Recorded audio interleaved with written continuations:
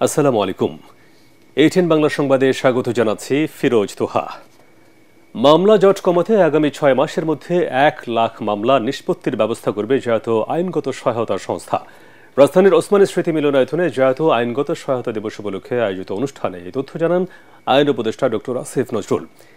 অনুষ্ঠান শেষে সাংবাদিকদের প্রশ্নের জবাবে তিনি বলেন, জুলাই বিপ্লবের বিপক্ষে নয় এমন ব্যক্তির নামে বিদ্বেষমূলক মামলা যারা দিচ্ছেন তাদের মুখোশ উন্মোচনে সংবাদ মাধ্যমগুলোকে এগিয়ে আসতে হবে। শিশু আসিয়া ধর্ষণ মামলাকে সর্বোচ্চ গুরুত্ব দিয়ে দ্রুত নিষ্পত্তির চেষ্টা চলছে বলেও জানান তিনি। সেনা কর্মকর্তা সিনহা হত্যা মামলা ও নারায়ণগঞ্জের 7 খুন মামলা কবে শেষ হবে তা উচ্চ আদালতের এখতিয়ার বলেও জানান আসিফ নজরুল।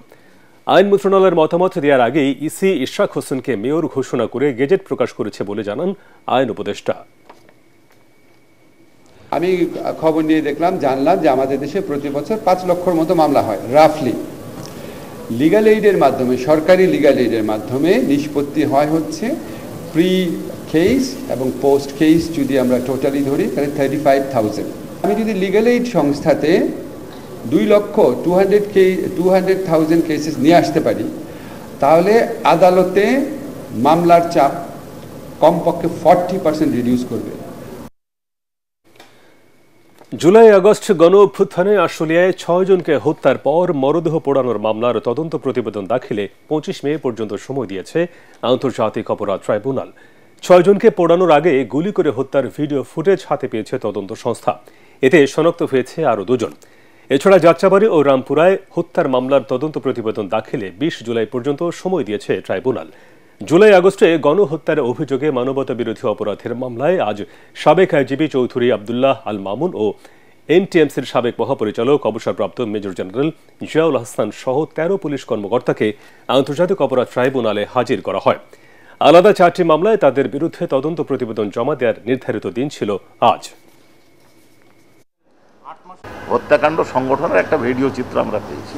এখন কোনো তথ্য যদি আমাদের সামনে আসে নতুনভাবে, সেই তথ্য ইগনোর করে তো আমরা তদন্ত রিপোর্ট দাখিল করতে পারব এবং এইখানে হয়তো 10 দিন বা 5 দিন বা 1 মাস সময় একটু বেশি লাগতেই পারে। পূর্ণাঙ্গ তদন্ত রিপোর্টের জন্য এবং ন্যায় বিচারের সাথে এই সময়টা প্রয়োজন আমাদের। এটা বিচারকে বিলম্বিত করার জন্য না, ন্যায় বিচারকে প্রতিষ্ঠা করার জন্য। ভবিষ্যৎ বাংলাদেশকে গড়ে তুলতে তরুণদের ভাবনা নিয়ে পরিকল্পনা ও কর্মসূচি তৈরি করবে বিএনপির 3 অঙ্গ ও সহযোগী সংগঠন ছাত্রদল, যুবদল ও স্বেচ্ছাসেবক দল। এ লক্ষ্যে যৌথভাবে দেশের 10টি বিভাগকে 4টি ভাগে ভাগ করে 2 দিনব্যাপী সেমিনার ও সমাবেশের কর্মসূচি ঘোষণা করেছেন তারা। নয়াপল্টনে দলের কেন্দ্রীয় কার্যালয়ে যৌথ সংবাদ সম্মেলনে যুবদল সভাপতি আব্দুল মোনেম মুন্না বলেন, তাদের লক্ষ্য তরুণদের ক্ষমতায়ন, রাষ্ট্রীয় নীতি নির্ধারণে অংশগ্রহণ ও তৃণমূল পর্যায়ে উন্নয়নের মডেল গড়ে তোলা। এ সময় তিনি অভিযোগ করেন, ফ্যাসিবাদী আওয়ামী লীগ নেতাকর্মীরা এনসিপি ও জামায়াতে আশ্রয় নিচ্ছে। আমাদের লক্ষ্য তরুণদের ক্ষমতায়ন, রাষ্ট্রীয় নীতি নির্ধারণে অংশগ্রহণ, সৃজনশীলতার বিকাশ এবং তৃণমূল পর্যায়ে সার্বজনীন উন্নয়নের বাস্তবসম্মত মডেল গড়ে তোলা। তরুণরা কি ভাবছে সেটি কিন্তু শুধু আমাদের দলের তরুণরা না, সকল অংশের তরুণরা কি ভাবছে সেই ভাবনাটাকে প্রাধান্য দিয়ে ভবিষ্যৎ কর্মসূচি প্রণয়ন করা হবে। এমনকি বিএনপির যে 31 দফা কর্মসূচি আছে, যদি তরুণরা নতুন কোনো আইডিয়া আমাদের মাধ্যমে ওনাকে দেয়, সেই জিনিসটিও কিন্তু আমরা নিশ্চয়ই বিবেচনায় রাখবো।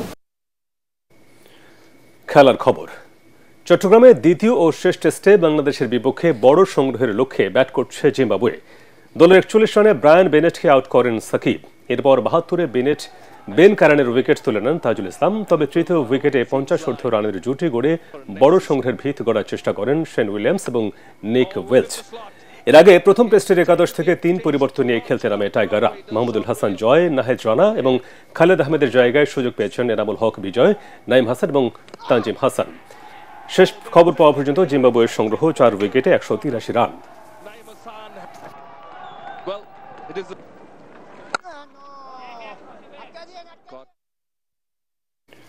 পরবর্তী সংবাদ দেখার আমন্ত্রণ জানিয়ে এখনকার মতো শেষ করছি। এটিএন বাংলার সংবাদ ইউটিউবে দেখতে ব্রাউজ করুন, youtube/ATN Bangla News। ধন্যবাদ সবাইকে।